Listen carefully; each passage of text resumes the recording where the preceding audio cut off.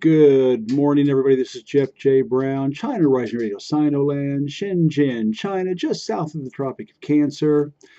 New setting. My wife and I decided that I'm going to start doing all of my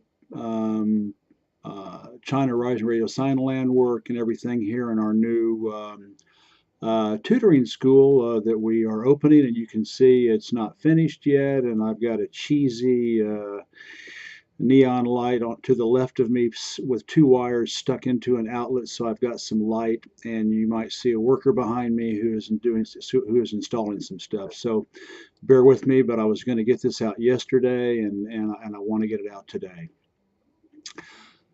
The West still at war with the North, forcing history's longest ceasefire. And there's a propaganda poster. Chinese propaganda poster. A Chinese propaganda poster during the Korean War. It blares, "American imperialism, get out of South Korea." Up top it says, "Korea's 3,000-mile Jiangshan, Jiangshan, must be unified," harking back to a 16th century war to drive Japan out of Korea. The Ming armies won back then. Unfortunately, the peninsula is again occupied by imperial forces 500 years later. On June 25th, 2018, the Bioweapon Truth Commission, BWTC, was launched symbolically on this date, since on that day in 1950, the Korean War started. The BWTC is a very important resource, so take a look at its massive, free, global online library full of videos, audio, books, and articles. Go to www.bioweapontruth.com, www.bioweapontruth.com, and it's all there. June 27, 2018 was the 65th anniversary of the ceasefire in Korea. The United States and its lackeys in NATO, Japan, and South Korea are still at war with the North, officially named the Democratic People's Republic of Korea, abbreviated DPRK. Urangulaland has refused to sign a peace treaty for 2 generations so it can justify occupying South Korea, keeping 30,000 troops on China's and Russia's flanks, along with nuclear missiles right off their coasts in submarines.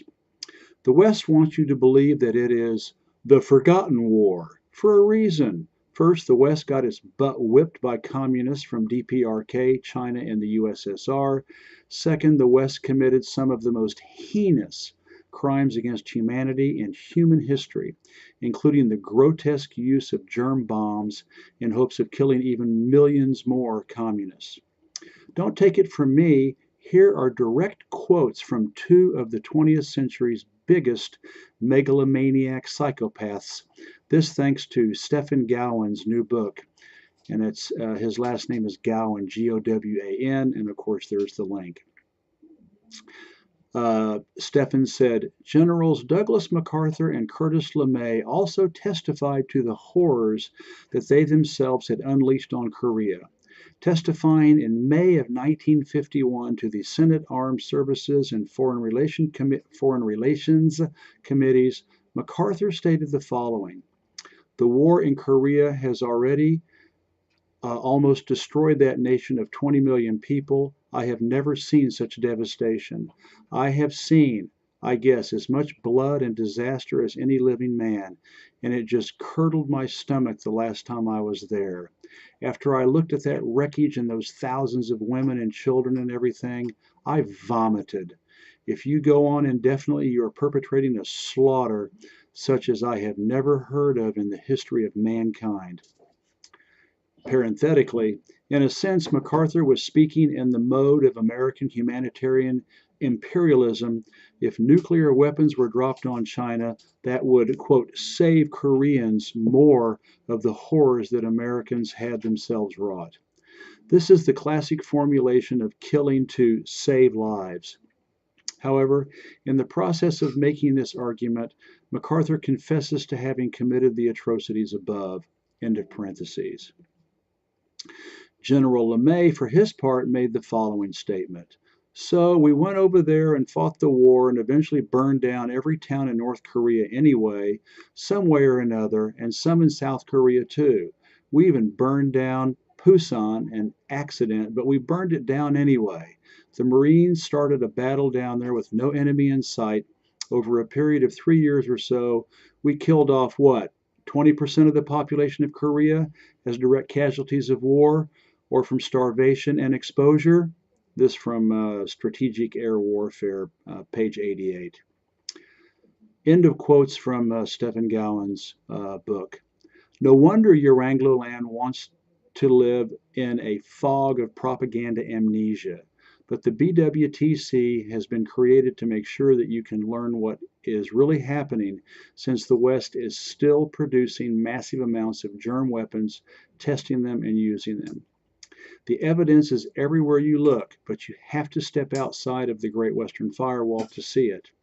Andrei Vlecek traveled to DPRK and produced a beautiful and moving 25-minute video about the North, which you can watch below. These are real people with real lives living north of the 38th parallel, although you are brainwashed otherwise with your Yarangloland's withering CIA, MI6, DGSE, BND orchestrated mainstream media. And then there's a YouTube link to Andrei's wonderful video. In your continued search for the truth, below is my extensive journalism about the Korean Peninsula, based on years of research and considering the Chinese perspective. Thereafter are some great articles by other writers who are not afraid to stand up to Western big lie propaganda. And then the title of the first section, Jeff's Journalism About Korea, with I think about 17 articles or TV interviews, etc.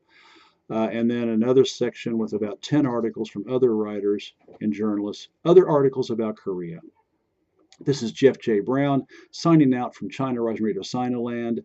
And again, please share this channel, this website with everybody you know on your social media, at home, work, church, temple, mosque, wherever. Please share this information as widely as possible to help dispel all the disinformation and propaganda against China and anybody standing up to Western Empire.